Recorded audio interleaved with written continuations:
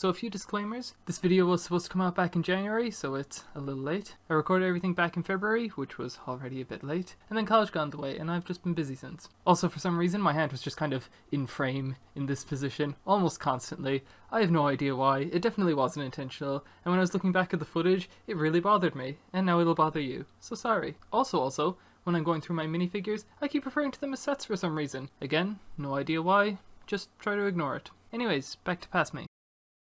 It's getting a little crowded. This is a video I'm just kind of making for myself. It's kind of just me talking to my future self about the state of the room, my plans with the room going forward, and what happened throughout the year with regards to this room and the plans. At the end of the last video, I mentioned that I really wanted to start a Lego city, that I wanted to move the bed out of here and put a city right there under the thing, put a big table there or whatever. And obviously that hasn't happened. As you can see, the bed just kind of shifted over that way.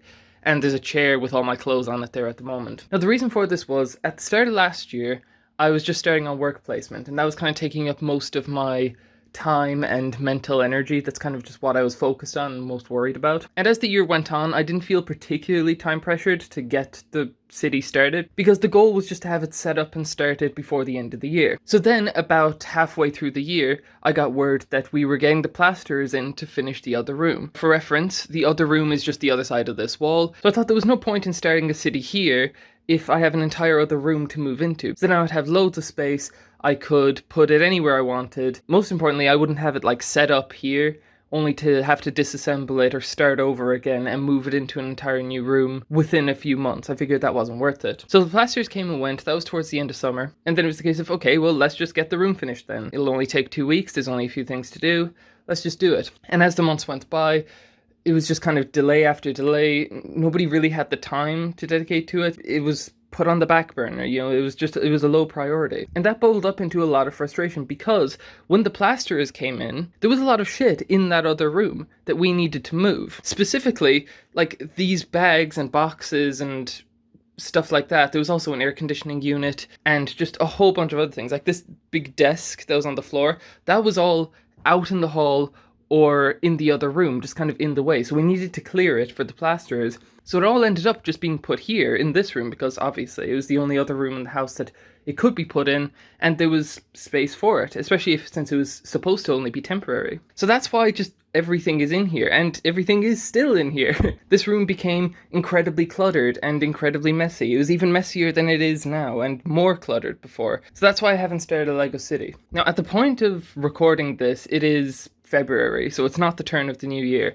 At the turn of the new year, the other room had no paint on it, no carpet, no nothing. It was just kind of it was a plastered room, you know, it was all grey and everything, but that's it. I took some pictures of it at the time before any major work happened with it. I did want to make a room tour at the start of every year to kind of document as it goes year on year. Even though this is a month and a half late, this is exactly how the room looked at the start of the year. The other room, on the other hand, has progressed quite a lot. There's a lot done with it, there's a lot changed, it has a carpet, it's painted and everything now, and it's almost ready to be moved into. So all of this mess is temporary, but all of this mess was there at the start of the new year, so I figured, okay, I might as well document it. Now looking at the rest of the room and what changed with it, might as well start over where I started last year, and that is this shelf. As you can imagine, having an entire shelf full of free gift with purchases and stuff wasn't really feasible when shelf space is such at a premium and I don't have the space to spare for it. So I think these creator expert cars were actually over there last year. So I moved them over here under the Speed Champions cars, which makes most sense. The modular buildings themselves haven't changed an awful lot. The boutique hotel is there now. I think the only difference really is what happened here, and I think this expanded a little bit. I think I had the Daily Bugle last year. The Overwatch stuff are gone. They're just not display worthy. I didn't get rid of them or anything, but they're just in one of these boxes or bags. I'll probably find them later. So yeah, this is what the modular collection looks like at the moment. Hopefully by the next room tour, these will be put into a Lego city, or displayed as a city with a bit, you know, roads and stuff. That's ultimately the goal. But my modular collection has grown a lot this year. Not just the boutique hotel, but if we turn a little bit, we'll see that there's also these. We have the Venetian houses, the Lego store, Sanctum Sanctorum, and the bowling alley. The bowling alley doesn't technically count as a modular building because I had to like add these pieces myself just to make it modular compatible, but like it was clearly designed to at least look modular compatible, so I'm not sure why they didn't do that, but anyway. And as you can see, these BrickLink Designer program sets, I didn't have space for them. Like, the floor was the only place for them. There was a while there where they would be on my desk, and then when I would wake up, I would move them from my desk onto my bed, and then when I'm going to bed, I moved them from my bed onto my desk. And that was just kind of the revolving display that these had to be, because, I mean, clearly there's no space here for them. I suppose I could have moved the Creator Expert cars, but where would I put those, you know? So last year, I think the Creator Expert cars were here. They obviously needed to move for the UCS Razer Crest to be put there. And I think the stuff that were on this shelf or the stuff that were on the top shelf, like the NES and the Mario question mark block and stuff like that, are on the bottom shelf now. The Ship in a Bottle and Bonsai Tree are also on this bottom shelf. On this top shelf, we have the Diorama sets. There's more coming out soon, but these are, well, these three are the official ones. This one's just a modification of the Jewel on Mandalore set that I made. It's kind of grown on me. With minifigures, it looks better. I think the Stranger Things set was down there. It's over there now. Nothing crazy has changed in this area. Under the UCS gunship is where I put the UCS Luke's Landspeeder. It's down there. You can't even see it. It's covered by these boxes. Now, these boxes, on the other hand, are probably the most noteworthy thing that changed in the past year. These two things are boxes full of Lego. This bottom one is a bunch of spare pieces from, like, childhood, like from 2006 or whatever. Nothing valuable in there, but, you know, just miscellaneous pieces. And that box was originally out somewhere. I forgot where. It was in one of the other rooms. I think it was in that room. And this box was originally in the other room that got plastered and everything as well. So this also needed to be moved into here. But this box originally wasn't so full. As you can see now, there's a lot of fairly modern sets in here. Like, you have the Jewel on Naboo, Death Star Final Jewel, Jewel on Mustafar there. And most importantly, you have the Star Destroyer. I mentioned that display was at a premium, and there was a lot of LEGO Star Wars sets that I bought specifically for the minifigures. A great example of this would be the Trouble on Tatooine set, which was this one, which is the first set that came out that had Grogu in it, so I bought it for that. But the set itself doesn't display well, and as I mentioned, shelf space was at a premium this year. I had to be very selective with which sets that I displayed. No more shit shelf, no more non-display worthy LEGO Star Wars sets on display. So I just took all of those sets, those like €30, €20 and whatever sets that didn't look great or weren't designed for display, and I just put them in this box, and I plan to disassemble them and use those pieces for other mocks or stuff going forward. That actually ties into the next thing, the next big thing that changed that I'm actually really excited about, and it's this filing cabinet essentially for LEGO pieces. It's nothing crazy.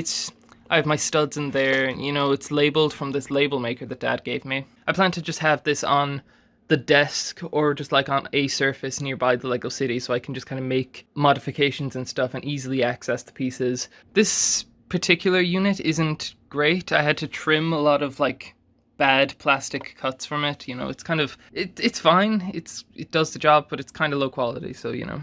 I don't think there's anything else to point out here, just that those boxes were moved in here and now contain all of the non-display worthy sets. Oh, actually no, there's this bag, which has, again, some of the just non-display worthy sets. So if I pull one out... Oh, this is one of the Overwatch ones. I think this is just where the Overwatch sets went.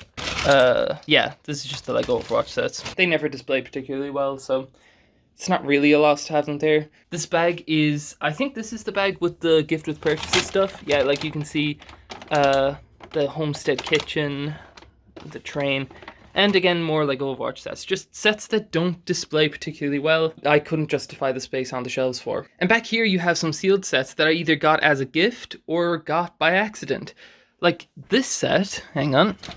LEGO accidentally sent me this alongside this wave of Speed Champion sets. Which is crazy because I didn't even order this. I just ordered a bunch of Speed Champion sets. It's like they made a mistake and were just like, you ordered Speed Champion sets, we'll just throw in this one, I guess. You also have like a gift with purchase set, I think, there, and a few just, I think that's a 501st Battle Pack, and the other one was a gift of a set that I already have, that I'm just kind of keeping sealed. It's the Mandalorian Starfighter, because I think that'll go up in value quite a lot. Other than that, that's pretty much everything that's worth noting on this side of the room. The treehouse was a gift for Christmas, and this central perk set is just kind of left there because, again, didn't have any space on the shelves, and also I'm kind of, I don't know, I'm over that set. It's whatever. So moving on to this area of the room, quite a few things changed, actually. I think the most noteworthy thing is that, okay, well, the cans are still there. That's kind of a universal constant. But I think the biggest thing that changed is last year's summer wave of LEGO Star Wars. That's where these ended up going. The Inquisitor Scythe, the ATTE, Ambushant Ferrex set, and that kind of thing. I think Cad Bane's Justifier is there as well. I knew all of these sets were coming out in advance, and I was very excited about them. But I had no space to put them, and it's this summer wave that prompted me to just throw all of the non-display worthy sets into that box over there to make space on these shelves for these ones that actually do display really well. Like, this looks great. Outside of that, this is what the buildable figures looks like. I think BD1 is the only new addition from last year. This is what the architecture sets look like. I'm kind of falling out of love with the architecture sets, but the only new addition was the Great Pyramid last year, which was, I mean, one of the best, if not the best, so, you know, we make exceptions. Above the sorting stuff, you have the same Batman collection as last year. I'm pretty sure the Tumbler was also there, but the DeLorean and the Ghostbusters Ecto-1 had to be moved here. They were originally over there. Actually, I think the DeLorean was originally there at some point during the year when I got it, and it got moved here alongside the Ecto-1 to make space for the Razer Crest. We also have the motorized lighthouse, which I just have on my desk because it's probably one of my favorite sets at the moment. I think it's really cool, so I like having it new. My drawing tablet, I could have space on the desk for it, but I just kind of left under here for kind of easier access, so I didn't have to kind of lean over the top of that to pick it out, because that was a problem for quite a while now. And in terms of the PC, I'm not sure if this mouse is new. It's a Razer Viper V2 Pro, just on the off chance that it isn't. And this keyboard is new. It's the Asus ROG Flare 2 Animate or something. And I don't think my headset changed from last year either. I only bring this up because, I mean, like I said, this video is kind of just for me to document the state of my room and everything, and I care about what peripherals that I have on display, so. Yeah, this is a lot shorter than the last room tour. There isn't an awful lot to say, really. Helmet collection expanded last year, with the Mandalorian helmet, Luke Skywalker's helmet, and the Dark Trooper helmet, which I think is that one. There's 3 more helmets coming out. I already have them pre-ordered. No idea where I'm going to put those, but that's a problem for future me. And my minifigure collection has actually completely filled up the stand that I have for it. I upgraded the stand last year, actually, so it has like the bookends on each side of it. But in terms of the actual minifigure display, it's pretty much full. You know, you have one space there, another one there, maybe one there. But that's it, you know, 3 spots over the entire thing. It is kind of nicely categorized at the moment. Hang on, let me move this. I think I actually reorganized this minifigure collection, so instead of just having like prequel trilogy, original trilogy, and then like the massable figures above it, I kind of organized it by show and also era. So on the front you have the prequel era minifigures from the prequel trilogy movies, specifically the movies. So, you know, you have the kind of episode 1 figures there, miscellaneous episode 2 figures, and then it kind of gradually turns into episode 3 minifigures.